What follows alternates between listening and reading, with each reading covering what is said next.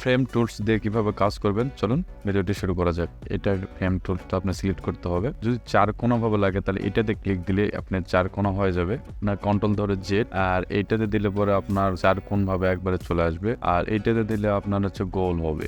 এখন ধরেন চায়ের এই কাপটা গোল আছে, তো আমরা গোল করে নিলাম। জাস্ট এরকম ভাবে সুন্দর করে একটা গোল করে একটা ফ্রেম আপনারা তৈরি করে নিলেন। ওকে, এই ছবিটা ধরে নেন এখানে নিয়ে আসলেন, নিয়ে এসে এর উপর ছেড়ে দিলেন, ওকে করলেন। করার পর এইটা সুন্দরভাবে টেনে নিয়ে এসে এর উপর ছেড়ে দেবেন। এর উপর যদি ছেড়ে দেন তাহলে এটা স্মার্ট অবজেক্ট হয়ে আসলে এই পাশে। এটা যত বড়ই হোক আপনি তখন ইচ্ছা করলে এরকমভাবে ছোট করে নিতে পারবেন, শুধু ভিতরের পিকচারটা। এটা হচ্ছে ফ্রেম টুলের কাজ, আর এই টুলসটা দিয়ে আরও বিভিন্ন ধরনের কাজ করা যায়।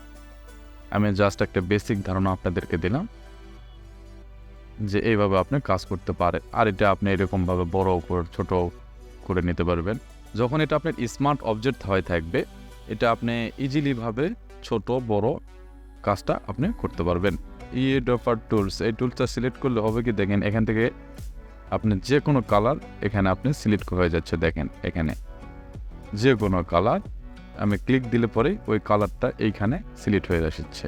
এটা হচ্ছে 3D, আর হচ্ছে এটা হয়তো কালার স্যাম্পল টুলস, রিঙ্গেল টুলস। অর্থাৎ এই যে দেখেন, এটা যদি আপনি এরকমভাবে একটু ধরে এরকমভাবে ছেড়ে দেন, দিয়ে এখানে যে সেম লেয়ার ক্লিক দেন, তাহলে এটা পিকচারটা ঘুরে গেল।